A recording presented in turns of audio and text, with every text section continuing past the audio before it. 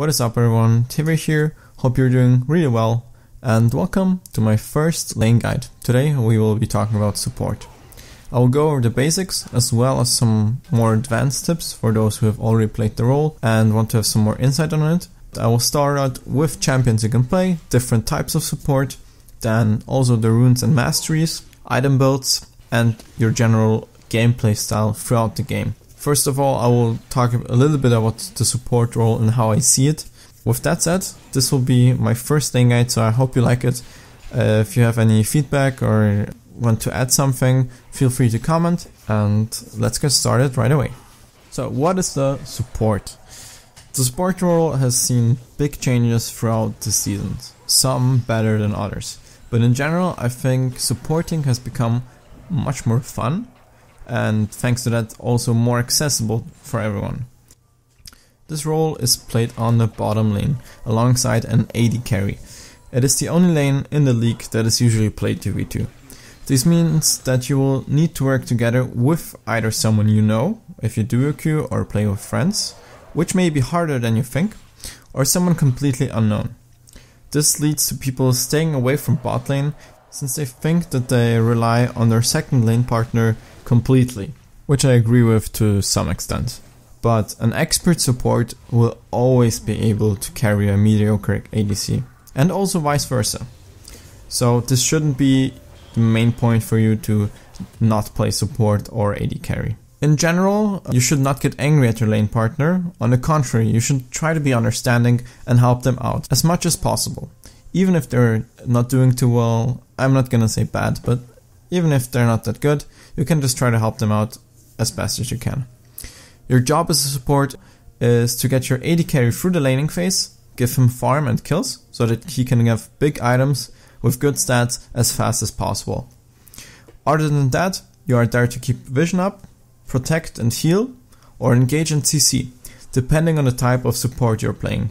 So which support fits you? Personally, I'd put supports into two categories: hard CC, engage tanks, which would be Braum, Thresh, Leona, Bard, Taric, Blitzcrank and Alistar, as well as control utility heal supports, which would be Janna, Karma, Lulu, Morgana, Nami, Sona, Soraka, Nunu, Zyra. So those two categories are not absolute, since a lot of champions from category 1 also have heals and so on. You can decide which support would work with certain AD carries. That's what makes a good support too, looking at the enemy bot lane and your carry, both team comps, and deciding which support would fit best for your team. Every AD carry is different, some rely on auto attacks and items, while some have a very strong laning phase and good burst. So of course, you can combo burst champion like Graves with Leona, for example. Lucian has a double shot as his passive, so he is able to proc Braum's passive much quicker, which is another deadly combo. Some other lane combos would be Graves Taric.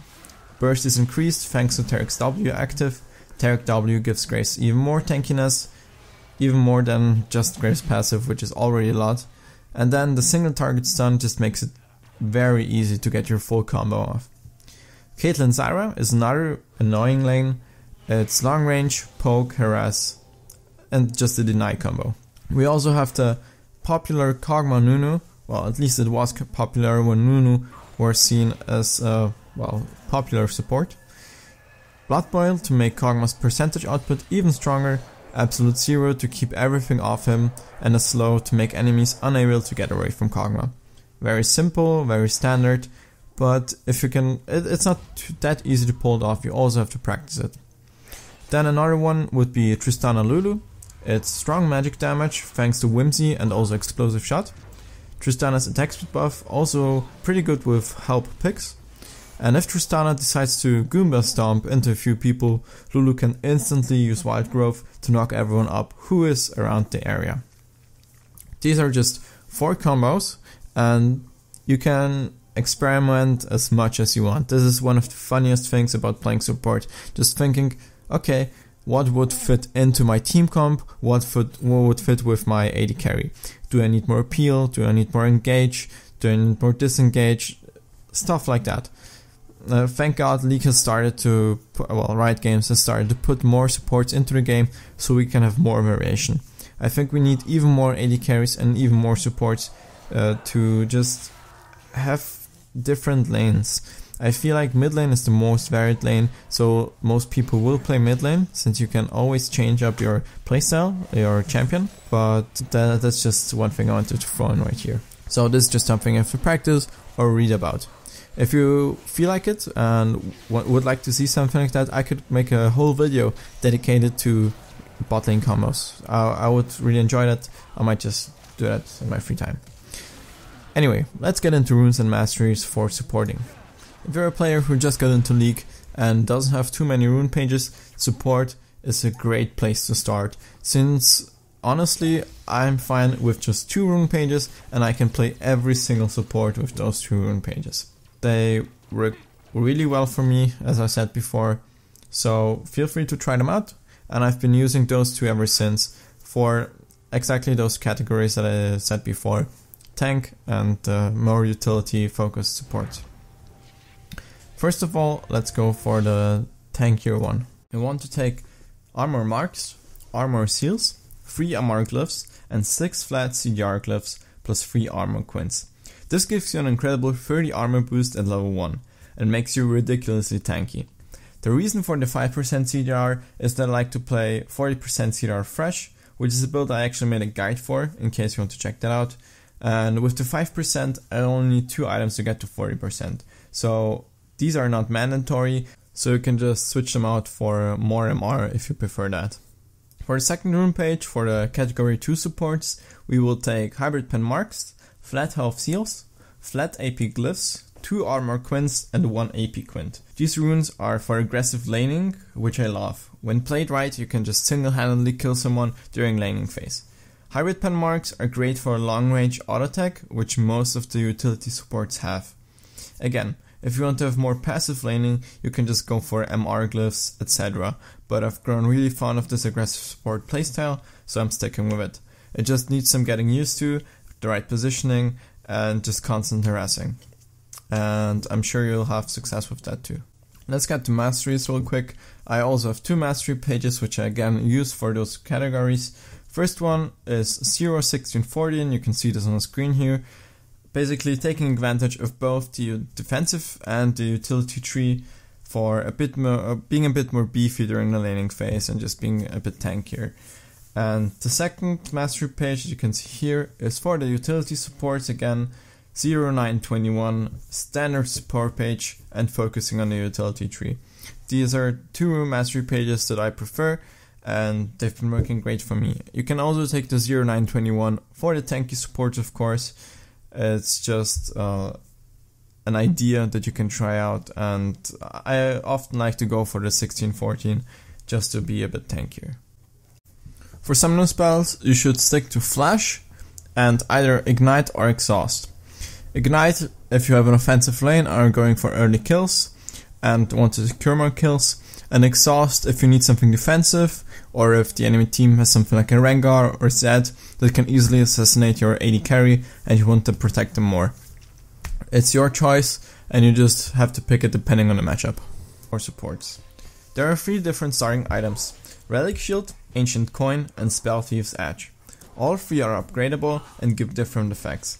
Face of the Mountain gives you a single target shield for your allies. Talisman gives you a movement speed boost for allies all around you, and Frost Queen's Claim has an act skill shot, long range slow built in. So which item should you get? Basically the fold process goes like this. Are you playing a tanky engaged champion and want to have a stronger laning phase? Go for the Relic Shield. The heal and bonus gold it provides is incredibly strong and will save you quite often, and it also secures you the laning phase and makes it a bit stronger in case you're playing a hyper carry that needs some items to be useful. If you feel like your laning phase will be easy and you don't need to heal but would like a strong engage-disengage tool for your team, go for Coin. I rarely go this route since I value the heal from Relic Shield so much, but it's an option. It's possible also on the mage support, for example Annie, if you want to just use the talisman, get closer and don't use flash in case you don't have flash up, and just throw a Tibbers on them. Finally, Spellthief's Edge is for every mage-like support that scales with AP and wants some more damage. It's a good buy for most of the supports in category 2, because they all just scale with it, and the slow is really nice, and also you get bonus gold for auto-attacking your enemies, so the long-range auto-attacks are very useful for that. During the game, one of your first items should be Sightstone, which is the support item.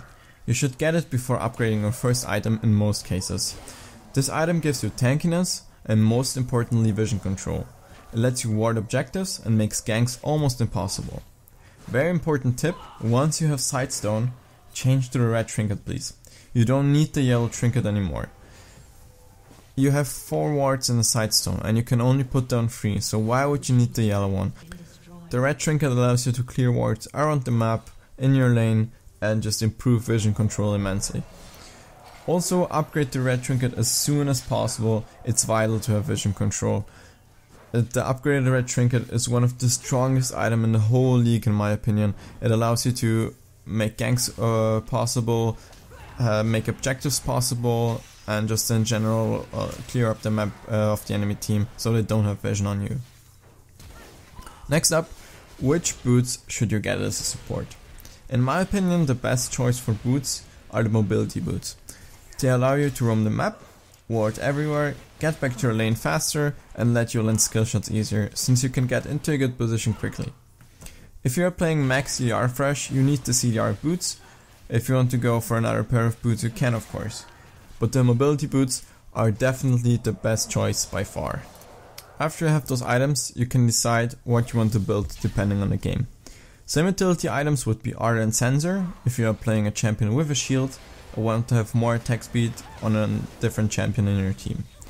Mikael's Crucible for a nice heal, mana regen and a small cleanse. Righteous Glory for stronger engages. Locket of Darren Solari for an AoE shield for your teammates. Magi Soulstealer has become a popular item on some supports, since you can get a quick assists with champions like Janna or Nami, who get supports just by shielding or healing and can ramp up stacks very quickly. On tank supports, you can also go standard tank items like Randuin's, Sunfire, Warmox or Frozen Heart. It all depends on your playstyle, the team you are facing and the support you are playing. There is a lot of variation here, and you yourself have to decide what to build. At last, I want to show you some important ward spots on the Summoner's Rift. First of all, we have the standard Tribush ward. Can be warded on any side, but if you're playing blue side, you can even put a pink in there, since you'll most likely have more control. Here, when you're playing red side, you can of course ward the river from here. In case you don't want to make a big rotation, you can just put down a ward here and you will have vision on the river. You don't have to go around or do anything else and risk something, in case you're behind or pushed under a turret. So this is a pretty cool ward. Then of course, in the bottom river as well as in the top side river, you have this little brush in the middle where you can ward. Sometimes pink wards are good there, since a lot of people don't go through and won't clear the pink. Then of course Dragon Ward, or you can just kill the Rift Scuttler, but alone as support is pretty hard. Here is a nice brush to put in a pink ward or a normal ward, so we can see the rotations of mid laners when they're rotating bottom through the jungle side and try to gank through Tribush, so that's pretty cool. And also of course every buff can be warded and should be warded in case you see that their jungler is very aggressive. Here is the spot that I like to put pink wards in, because not a lot of people walk through that brush, but some people, especially junglers, go around that area, so you can always see them and see them rotating the golems or doing red buff and stuff, but they won't clear it most likely. And here is a nice late game ward when there are a lot of whole team rotations.